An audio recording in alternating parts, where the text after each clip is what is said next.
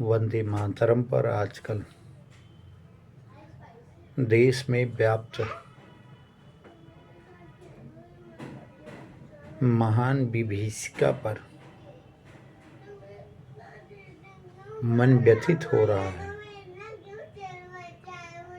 उस मन की व्यथा को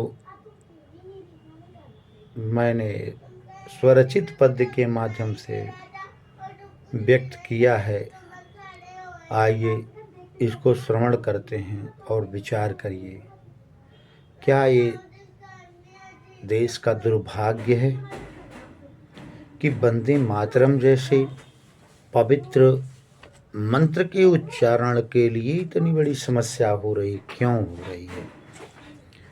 जबकि भारत देश का विभाजन धर्म के आधार पर एक बार हो चुका है।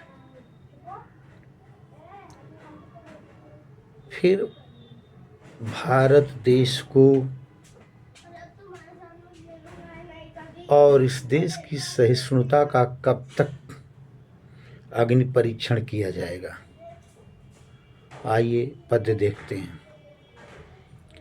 वंदे मातरम राष्ट्र के पर्याय की पहचान है। वंदे मातरम राष्ट्र के पर्याय की पहचान है। वंदे मातरम हर शहीद के जीवन भर की शान है। वंदे मातरम हर शहीद के जीवन भर की शान है। वंदे मातरम कह कर के भगत सिंह फांसी झूले थे। वंदे मातरम कह कर के भगत सिंह फांसी झूले थे। चाहे जितना अत्याचार हुआ पर इसको नहीं वे भूले थे। चाहे जितना अत्याचार हुआ पर इसको नहीं वो भूले थे। सब थे न्यौछावर इस भू पर माता से बढ़कर मानते थे।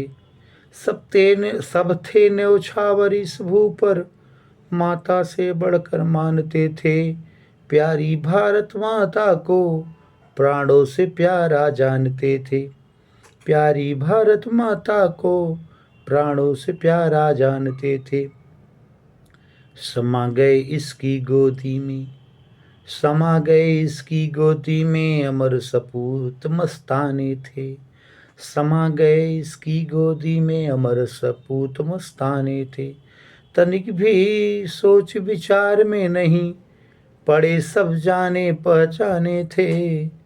तनिक सोच विचार नहीं पड़े सब जाने पहचाने थे। आजाद कराया देश को जिन वीरों की आत्मा दुखती है। आज आजाद कराया देश को जो जिन वीरों की आत्मा दुखती है। वंदे मातरम नहीं कहेंगे जब कुछ आबादी कहती है। वंदे मातरम नहीं कहेंगे जब कुछ आबादी कहती है। सुन कर के आश्चर्य हुआ जब कुछ नेता यही चाहते हैं।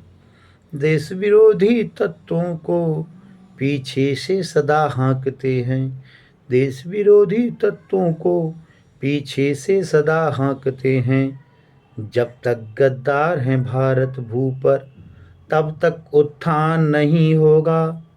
जब तक गद्दार हैं भारत भू पर तब तक उत्थान नहीं होगा।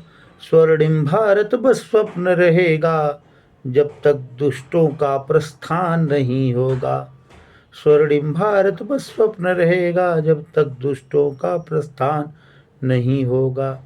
कुछ भस्म कर दो ऐसों की जिससे गद्दार पनपते हैं। कुछ भस्म कर दो ऐसे जिससे गद्दार पनपते हैं। नस्ल नष्ट कर दो ऐसों की जिनके बल पे अकड़ते हैं। नस्ल नष्ट कर दो ऐसों